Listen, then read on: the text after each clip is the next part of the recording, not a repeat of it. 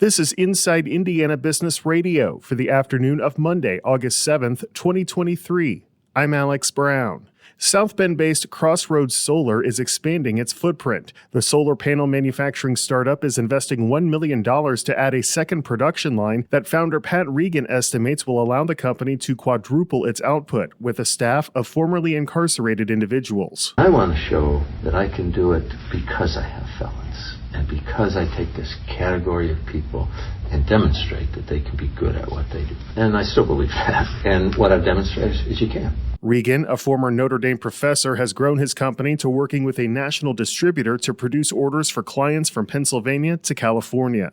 Tyson Foods announced plans today to close 4 chicken processing facilities, including one in Corydon. The company would not state how many employees would be affected, but said they would be encouraged to apply for open positions at other locations. The move is part of an ongoing effort to reduce costs. Tyson closed its corporate offices in Chicago and South Dakota late last year and consolidated its workforce in Arkansas. In March, it announced the closure of 2 plants in Arkansas and Virginia in order to better use available capacity at other facilities. Fresh off the most attended gathering in its history, Indianapolis convention staple Gen Con has no plans to leave the city anytime soon. The Seattle-based tabletop gaming convention has signed a 4-year extension to its contract with Visit Indy, keeping it firmly planted in Indy through 2030.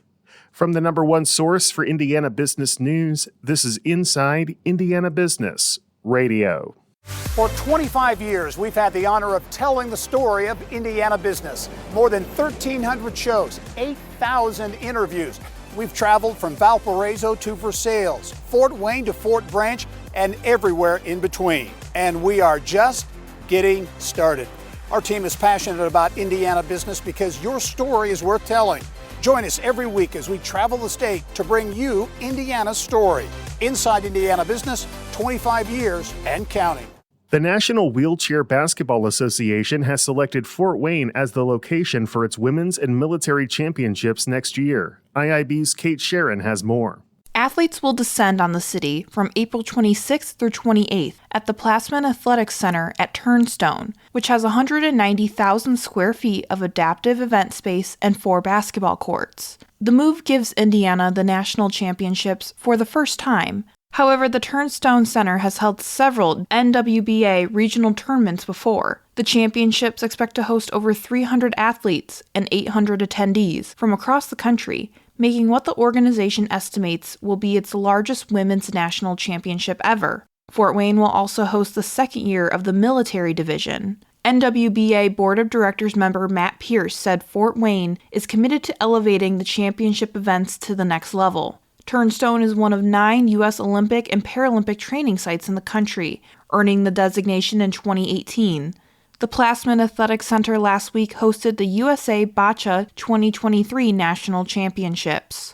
Kate Sharon, Inside Indiana Business Radio. Lakeland Internet has announced the beginning of a home fiber project in the northeast Indiana town of Hamilton. The company's Fiber to the Home project is expected to bring ultra-fast, reliable internet to homes in the area about 160 miles northeast of Indianapolis. The service will become available following a phased rollout, and initial connections are expected in the coming months. The executive engineer in residence at Industry Labs at the University of Notre Dame says the organization is continuing to gain momentum. As part of the LIFT network, Industry Labs provides support for the implementation of new technologies such as automation with manufacturing companies throughout the region. John DeSalle says they want to capitalize on the 40,000 students at the 9 higher education and vocational schools in St. Joseph, Elkhart, and Marshall counties. So our job here isn't trying to displace workers. Absolutely, that's not our goal. Our goal is really to take the people we have, upskill them, make them more productive, increase company profitability, and add to the resiliency of the region.